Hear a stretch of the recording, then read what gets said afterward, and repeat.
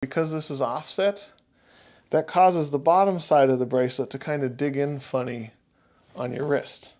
Hello folks, today we have a bit of an interesting video here, I think. This is a video basically, I guess, meeting your heroes. So, as some of you may have seen, I had a video with the Omega Speedmaster next to my Rolex Submariner. And I listed to you all some of the reasons why I was getting rid of my Omega Speedmaster. And like it or not, you know, I mean, those were my opinions. This video here, again, is my opinions. For the longest time, I've wanted a Grand Seiko watch. Even before I got my Submariner, even before I got the Speedmaster, kind of always wanted a Grand Seiko watch. But there are a lot of things out there on the internet to kind of try and dissuade you from it. But it was still that, you know, you look at them in the display cases and they're really pretty, and the technology and stuff behind them is pretty awesome, and the actual visual finishing of them is pretty high quality.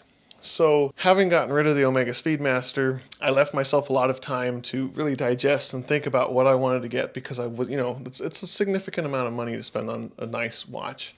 I definitely wanted to get another chronograph, but I didn't know what I wanted. Obviously I wanted the date functionality, and obviously I wanted an automatic and slightly better water resistance rating. So Grand Seiko finally came out with a watch that I think was deserving of me forking out the money to get. And I got it. I've had it for less than 2 days now, and the honeymoon stage is already over.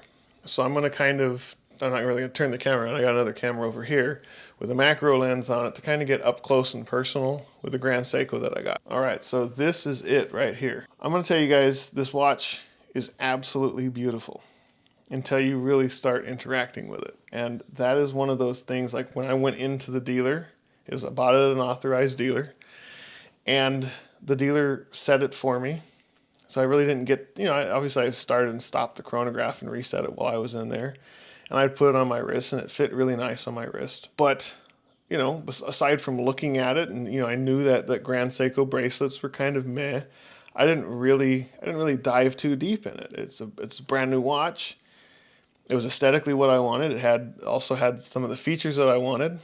And, why would this not be something of interest?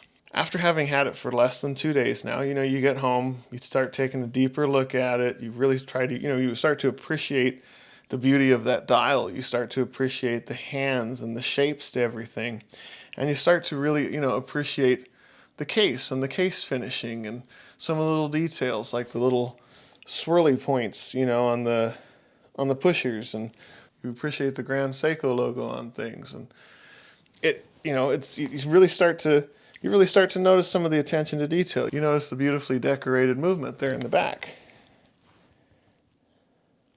All the finishing about it.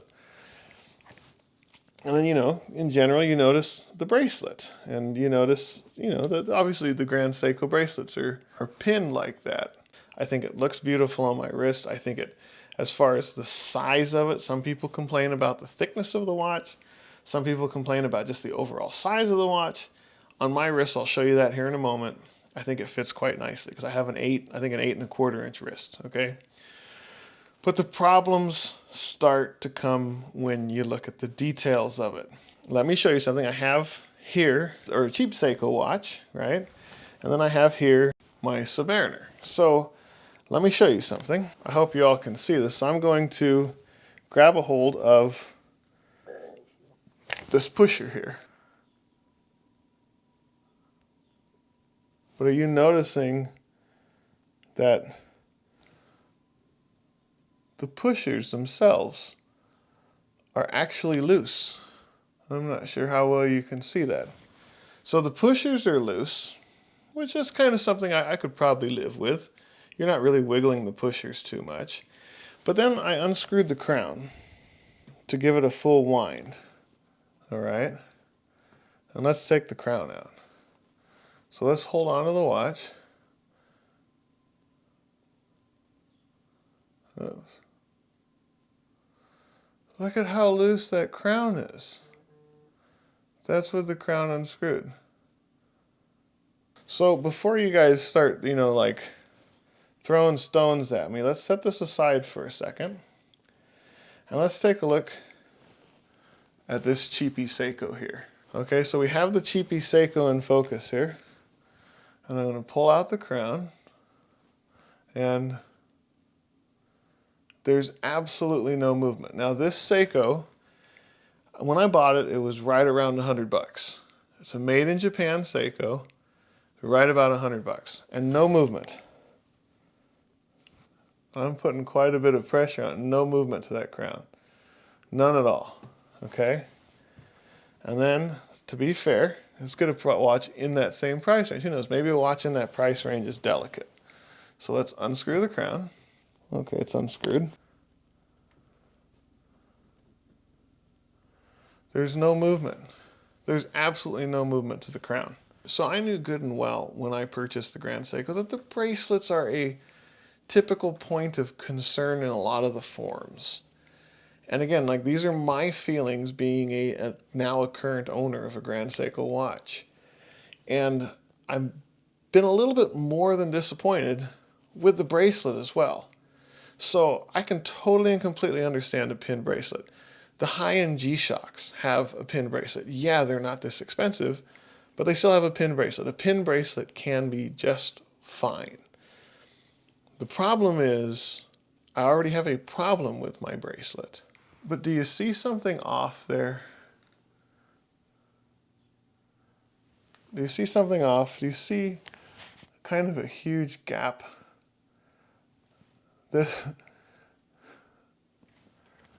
This right here is much wider than that side. And so when you wear it, it kind of sits a little bit funny. And then that causes, because this is offset, that causes the bottom side of the bracelet to kind of dig in funny on your wrist. And so I'll show you guys something, right? So this bracelet, right, it's all pinned. It's all pinned all the way along, all pinned all the way along.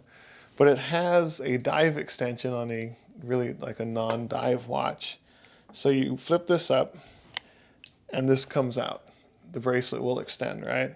And you push that back in. So we'll open this up and we'll take a closer look at it. Okay? To me, it looks like the holes are drilled offset in here because it's pinned in the same spot, I think. But this side, you can see even here, kind of along that general line of reference there, this side is sitting higher than this side. So when you push this in on this side, then on that side. And that's not all with the watch, okay? So obviously those are things that I would think of as defects, okay?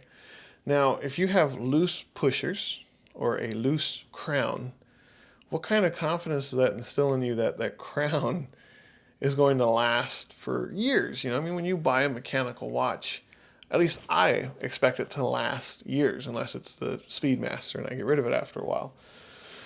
But am I gonna unscrew that crown one day and have it fall off in my hand or break off as I'm winding it? I don't know. Okay, and obviously I've shown you two other watches, a really cheap watch and a really kind of expensive watch. Obviously not the most expensive watch, but a kind of expensive watch, where the crown doesn't jiggle around once you have it unscrewed.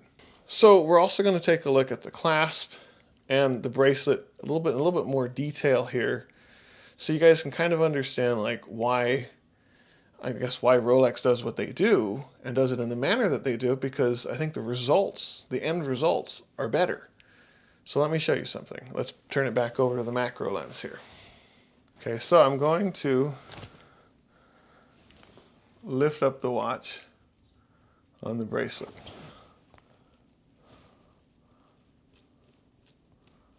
Look at all of that sag. The links themselves on both ends of the spectrum, on both sides, actually pinch. So you're kind of likely to get your hairs pinched in the bracelet. Now I'm going to give you guys an example here with the Submariner bracelet. Okay, we're going to stand it up, and there's really not that much flex to this bracelet. Submariner, Seiko, Submariner.